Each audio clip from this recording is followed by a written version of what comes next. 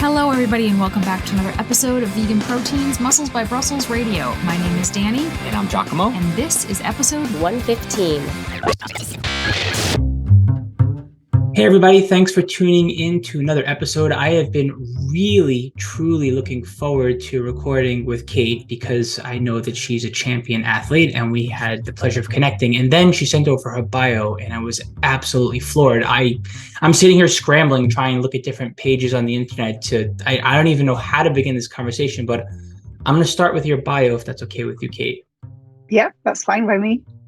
So you've been vegan for 9 years and you're stepping away from world records and triathlon world championships, using your sport as a way to highlight the urgent need to transition to being plant-based and more sustainable, right? So your 3,000-mile cycle on your bamboo bike, which is pretty cool, to local communities, you're reaching non-vegans with climate positive activities. And obviously, well, hopefully leading by example, this climate cycle will be influential.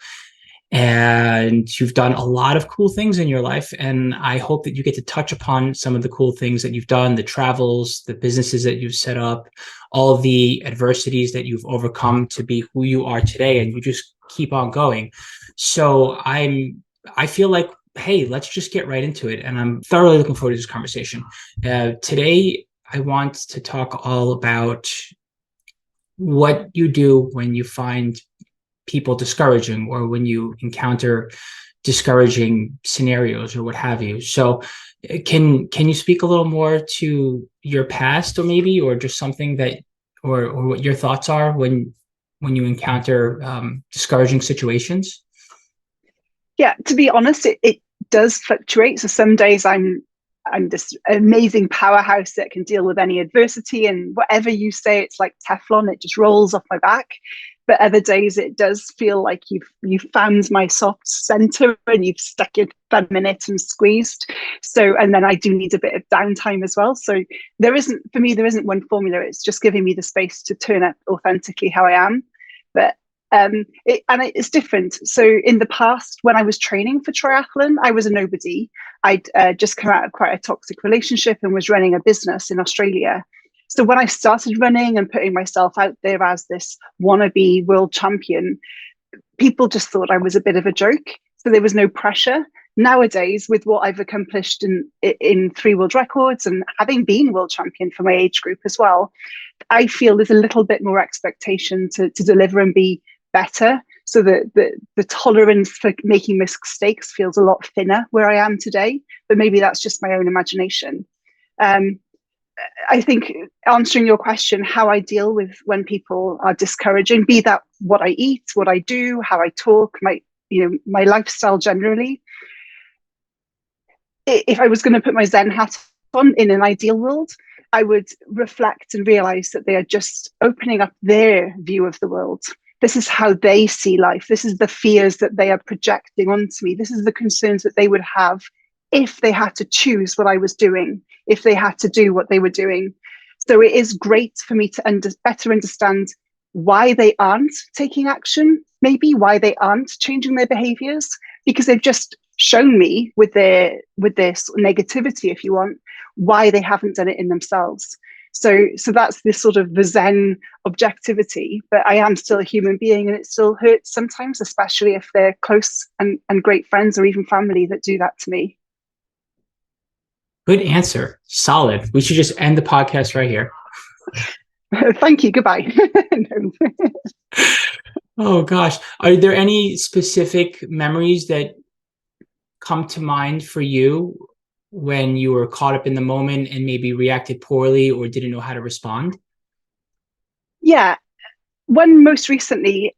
So I've got a thing about people of authority. I was brought up in an era where, as a woman in particular, don't talk. I was brought up by my parents to look for a rich husband, and I'm not married and I'm self-sufficient. So the epic fail on their side for their projections onto me already. So I do have an issue with authority in that I give people of influence a heavier weighting. So 2 years ago when I was training for my world records, so I did furthest distance on a static bike in 1, 12 and 24 hours, obviously on a plant-based diet and at the age of 42. So again, challenging that norm of what we can do with our bodies. And my cycle coach, 2 weeks before my world records, it felt blindsided me with, I think you need blood tests and start eating meat because you're going to fail. Now, I've been vegan up to that point for over 7 years. My numbers, my stats, my training was on point. Touch wood, I hadn't even had an injury. So there was no reason at all why he should say that. But in that moment, it rocked my world, because he was coming from a side of challenge where I thought we were in a zone of support. And honestly, my reaction was to just shut up. Like, I think we fight. What do we do? Fight, freeze, and there's another one, flight. Fight, flight, or freeze. Sorry, I'm just getting confused in my words. I froze. And 24 hours later, that's when the fury emerged. And I just took it out on my body. So I'm very lucky that I just jumped on the bike and smashed out a really hard session to just scream and just go, why am I still getting questions? Why are these very simple questions still being brought to me? And why should I have to know my research? 20 years ago, when I ate everything and I was struggling with injuries and I was a bit anemic and my skin was poor and I had asthma, nobody questioned what I ate. But now, when I'm at peak performance, you choose to do that purely because I'm vegan. So yeah, there was a bit of a rant in me, as you can hear. But yeah, I just pulled up some scientific journals. It wasn't opinion, and I just replied them when I think you need to upskill your information. But my reaction was definitely within the fury, and I got my sport to outlet that.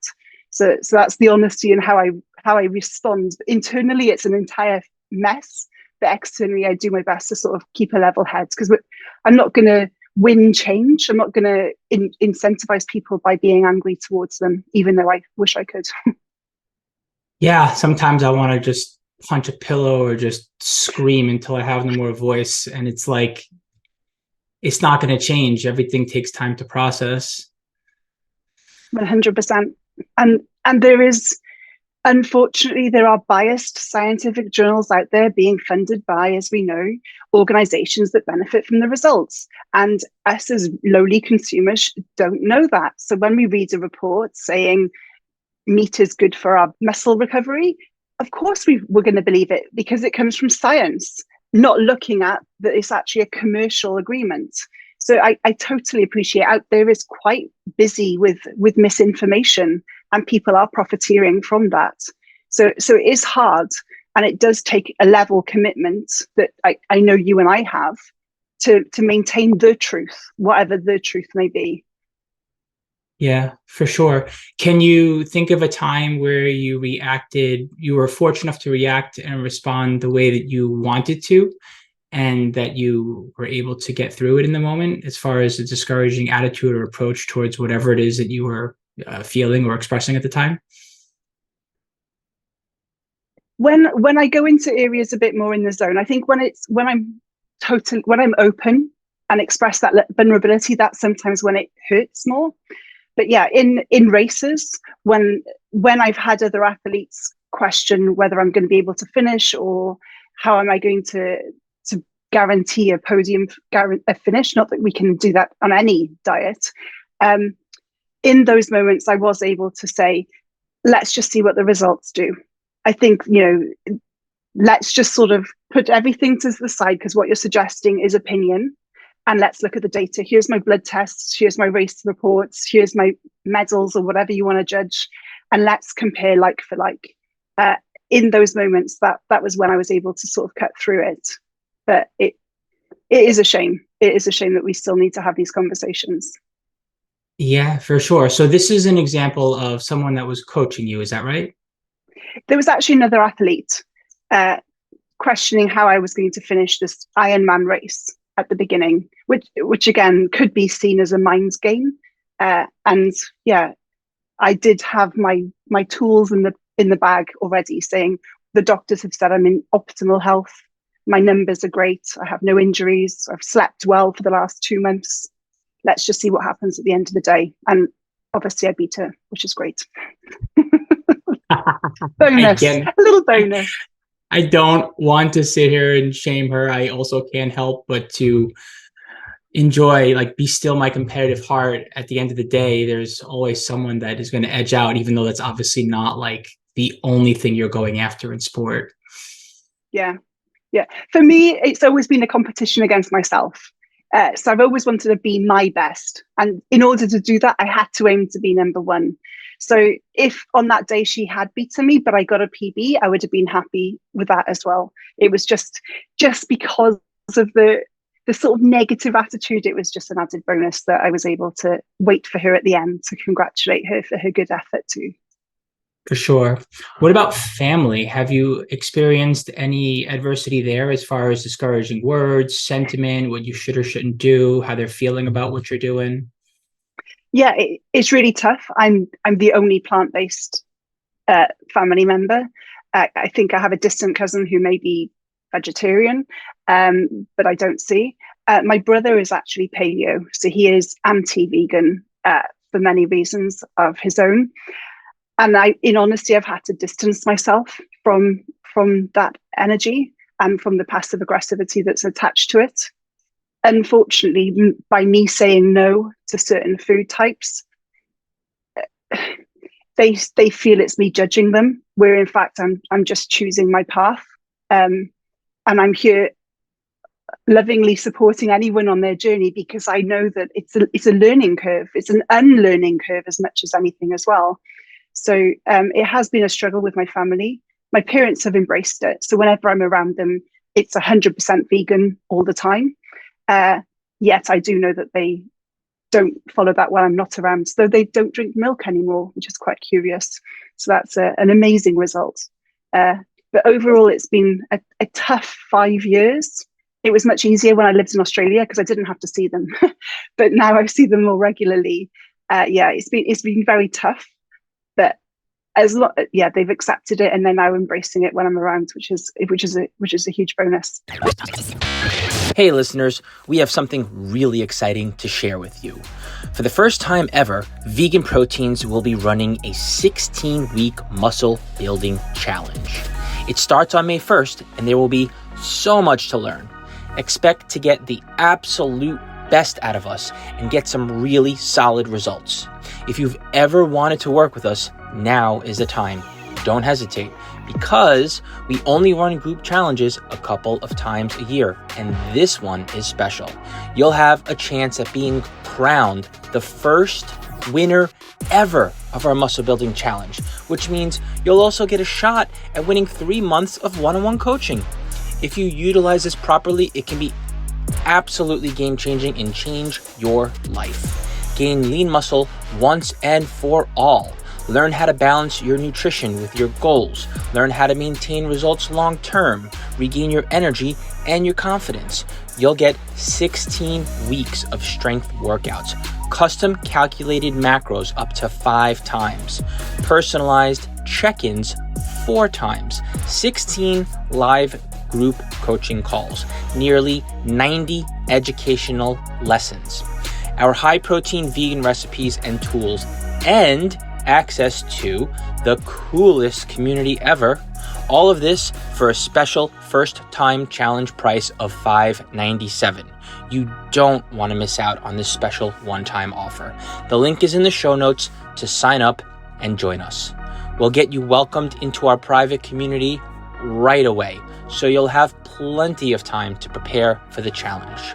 Looking forward to getting you the best results possible and supporting your muscle building journey. So your family's in Australia. Your world record breaking efforts were birthed in Australia, correct? My family are all Welsh, so we're from the UK. But I lived in Australia, so my world records were in Britain, but I competed for Australia in triathlon. I'm a bit of a nomadic curio, so a woman of the world. Okay. Well, what was the main inspiration for you getting started with triathlons and whatnot? For me, I was with a guy for 9 years. We were set to be married. It was quite a toxic relationship that I felt I couldn't leave. But he actually left me 6 days before our wedding, and this was back in 2012. And my life just freefalled. On one level, I was elated that I was no longer under this sort of physical and emotional abuse and coercive relationship. But on the other side, I was believing what he was saying about my worthlessness, about me not being able to survive without him, of being a nothing and a nobody. And so after a few months of wallowing in quite a few bottles of wine, I knew I needed something to put me on my list, because the work, the business, the mortgage, the dogs, everything was above me on the list beforehand. And sport was a great way for me to be selfish. It was only for me. It wasn't to benefit anyone else but my own health, and also give me a bit more confidence in my life to see what I could actually achieve. Even my first run, I could barely finish a mile, but I felt alive. I'd actually taken 10 minutes out of my day, and I'd done something exclusively for me. So for me, triathlon was my outlet of rediscovering myself and building back that confidence. And the reason I chose triathlon is when I'd met him 9 years prior, I wanted to do a triathlon, an Ironman triathlon, but he talked me out of it. And so that 9-year gap of letting someone else choose my dreams, choose my potential, choose my path, came back and said, you need to do this. So that's why I chose Ironman, because of its extreme distance, because of its extreme commitment as well. I didn't have any space to wallow in the what if, to wallow in the bitterness as well I was feeling towards him. I had to snap out of it, let the past go, and be in the now, and really commit to myself, my mental, physical, and emotional health, and just see how far I could go. Cool. And the results speak for themselves, and you owe no one anything in terms of owning the emotionality of that in the past and narrative. And I appreciate your vulnerability, because you don't have to retell that story and that past of yours. And yet you do it courageously, because it shows others what they're capable of, no matter what they've gone through. Right. And obviously that's not the main reason. It's because you're an athlete, an elite competitive athlete, and you're just doing really beautiful things out there. Which, speaking of, can you tell me more about this upcoming 3,000-mile trek that you're embarking on? Yeah. So yeah, it's this beautiful evolution of potentially my mindset, but also what I hope I see the world as well. I used to compete against others in triathlon. Then I competed against myself in world records. And now I'm using sport as a collaboration, because we can't in our lives keep judging, making something right, wrong, having that leaderboard. It is about us all crossing the line together. And so I think it's a beautiful representation of what the world needs more of. So I've got a handmade bike out of bamboo, and I'm going to be cycling 3 months around mainland Britain, which is England, Scotland, and Wales, covering 3,000 miles. And during that, I'm visiting at least 30 sustainability projects. So that's from vertical farming, stock-free, I despise that word, animal-free farming as well, rewilding seagrass beds, composting soil. We've got some bike groups as well that are joining me. I'm going to be wild foraging. So it's absolutely amazing. And the reason I'm doing this climate cycle is to give me back hope. There's a lot of news out there, and similarly to what you shared, doing the right thing, being vegan, doing our bit for the environment. It sometimes feels like I'm not the only one doing it. Like I look around and go, what is the point? Is me recycling this bit, or me not eating this, really making a bigger impact in the world? Because there's so much resistance to embracing it. So this cycle's about giving me back hope, meeting more people who are doing some really cool things, and also hope in humanity. Like we aren't all the resistors that we meet. We aren't all the negative conversations that we have, or the finger pointing people on the buses or in the restaurants who are telling us we're awkward. There are great people out there who do want to get on board and do more things as well. So for me, it's just giving me back that joy to be a human being and proud of my species, and a little bit more hope in the future that we will live that green life that we're all aspiring towards. Yeah, it's super duper inspiring. Can your tour be followed in real time? Yeah, I'll have a live tracker, I'm releasing my route the end of March, the end of this month. So people can actually join me. It's going to be completely free to come and cycle. If people want to donate, they can. Everyone who cycles and logs it on this app I'm using called Climate Games, I'll plant a tree. So at least 3,000 trees will be planted as well. So we know we're giving back to more regional communities, because that gives them work and repopulates certain areas that are being destroyed. I've recently written to 32,000 schools, inviting pupils to design logos for my bikes, so that they can get involved and get the kids more active in this conversation about eco and green and health, because our mental health is directly linked to nature. If one suffers, the other suffers. So, this separation needs to stop. We are nature. We're not protecting nature. We're protecting ourselves. And it has to be done generationally, which is why I'm sort of infiltrating the schools as early as possible. So you're going to get to commiserate with children? You're going to see them on your... The first month, yeah, I'm cycling through school holidays, so not ideal for the kids. But when I come back in September, definitely visit as many schools as possible with my bamboo bike. I've already been visiting schools in my free time, I say loosely, doing assemblies and letting them touch the bike and chat and explore any questions they may have. So it's been really inspiring. And I love the teachers' faces when the kids ask me what I'm going to eat, and they're looking at me. I'm going, well, I'm vegan. Do you know what that is? No, miss. Can you tell me? Why don't you eat meat? Why don't you eat dairy? Well, let me soften this, but this is what happens. It gets them asking more questions, hopefully, that might plant a seed to accelerate the journey that took me far too long, in honesty. Like, I've been vegan 9 years, but gosh, my one regret is I wasn't vegan since the age of conscious awareness. Much earlier, but still la vie. I didn't have a Kate Strong harassing the children in school when I was at my age. So That is very, very exciting too. And as impressionable as kids are, they also have their own discouraging words that they've already experienced while they're trying to understand what the world is like. And they're going to wind up unintentionally and intentionally projecting it on you. I would imagine those are going to be very interesting conversations. And hopefully when you're not only leading by example, hopefully when you're getting into these conversations with them, that they'll be inspired in some way. Thank you. And I'm learning a lot as well, because exactly what you said, I haven't lived how they lived. I haven't had the influences that they've got. By me hearing why their questions and why they eat what they eat, I'm able to better formulate the next step, the next legacy, a potential workshop or more talks as well in schools to elevate the education. So it's just as important for me to glean knowledge and understand why they're thinking what they're thinking and doing what they're doing, for me to be able to deliver a more effective learning afterwards.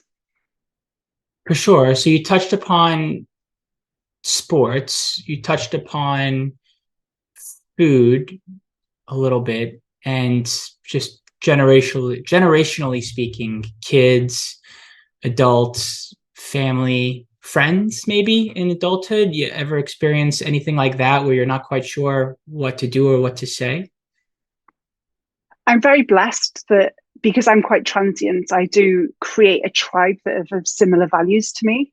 And it's nearly all of my closest friends are plant-based. The occasional few who aren't, it is a challenge when they're complaining about an ailment that I can see is directly linked to what's in their fridge. Or I'm empathizing in that they're eating the food that is actually creating that disease. Nobody likes unsolicited advice. No one likes a know-it-all, or even if it is to our benefit, because it challenges our ego. So typically I will ask permission and say, are you here? Are you just sharing because of frustration? Or are you actually looking for a solution?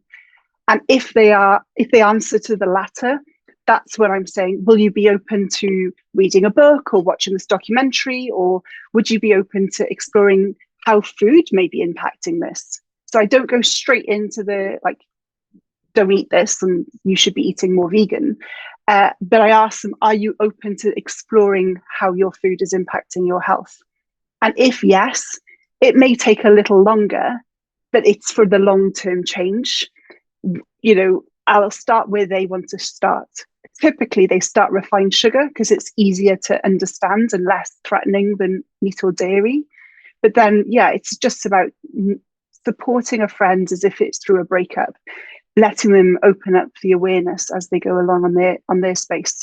But yeah, I do my best to honor wherever they are on their journey, because I know I ignored people who told me years before as well. So who am I to judge? Because I'm sure there's quite a bit in my life that I'm still doing that's quite toxic for myself.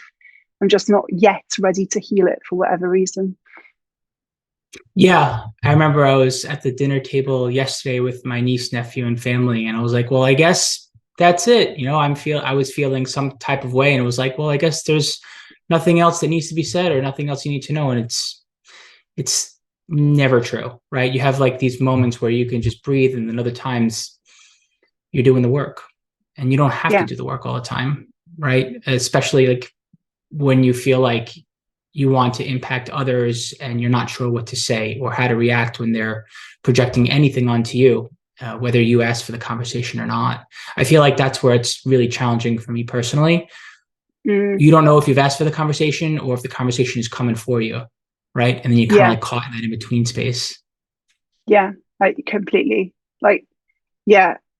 One thing I'm learning, and this is definitely on the, like, when somebody says something that I know is factually incorrect around why they're eating fish or why they're eating their meat or whatever, I'm trying to switch my knowing to curiosity. Oh, really? Where did you hear that from? I'm really curious because I haven't heard the same. So that one element opens the conversation rather than shuts down and I'm telling you what to do and you're wrong. And as I say, I'm very early stages on that journey. For sure. And it's fun. Yeah, it's fun because I'm single and somebody invited me out for a meal and I'm going, do I come out? Do I need to say, by the way, I'm vegan? Like, is that a first date conversation, or are they going to like judge me for thinking that I'm judging them? It's a really, delicate space that opens up quite a lot of potentially deep conversations about why we know why we're doing it. But I'm sure our meat eater neighbours might not welcome me sharing that information, especially on the first time we're meeting.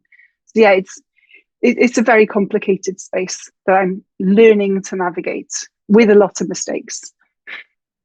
Well, I do feel like the world is better because of people like you and with you in it. So much appreciation for everything that you do. And I noticed on your website that there are several different ways to reach you and lots of other things that you're doing. Like you have a podcast, correct? I do. It's on slight pause purely because of the cycle being on the road. But yeah, I've got a podcast that will be picked back up early the end of this year. Past episodes to look at? Yes. Yeah, we've got Dr. Gemma Newman. We've got loads of amazingly inspirational plant-based athletes as well. Somebody who did 70 half Ironman on a vegan diet. World record there. Incredible people. Nice. And your newsletter to stay in touch on katestrong.global? Yep. Thank you so much. That's right. And you coach, you speak, and you do consultation. I do. Yeah. And thank you. And I believe we may potentially meet at the end of this year as well in person. We are gunning for it. It's about time that we left the United States with our work and left this area, because we do some work in the Caribbean too. But one day soon, I really do hope that you see us at the London Veg Fest. We're looking to do that, and hopefully we get to meet in person. In the meanwhile, you've shared an awful lot about yourself and your purpose and how you feel about the community here and how we navigate these difficult and discouraging times when we're communicating with others and we want to see we're out of our bubble, right? And we're challenged. So truly, truly appreciate your perspective in this conversation. Thank you so much, Kate. Thank you so much. It's been my pleasure. All right, everybody, thank you so much for tuning in to another episode of Vegan Proteins Muscles by Brussels Radio. If you've been enjoying this podcast, it would mean the world to us if you left us a review on whatever platform you're listening to it on. It really helps get the show out there. If there's anything that you would like to hear from us, come to veganproteins.com, click the contact button, ask us to cover a specific topic, or if you have a question you want answered in the Q&A, shoot it to us there. You can also join our free Facebook group, Muscles by Brussels Radio, where we have challenges and questions and an awesome community. And you can always find us on all the social media platforms as well, at Vegan Proteins, at Muscles by Brussels, and at I'm Just Athena. Anyway, thanks so much for tuning in. My name is Danny. And I'm Giacomo. And we'll talk to you later.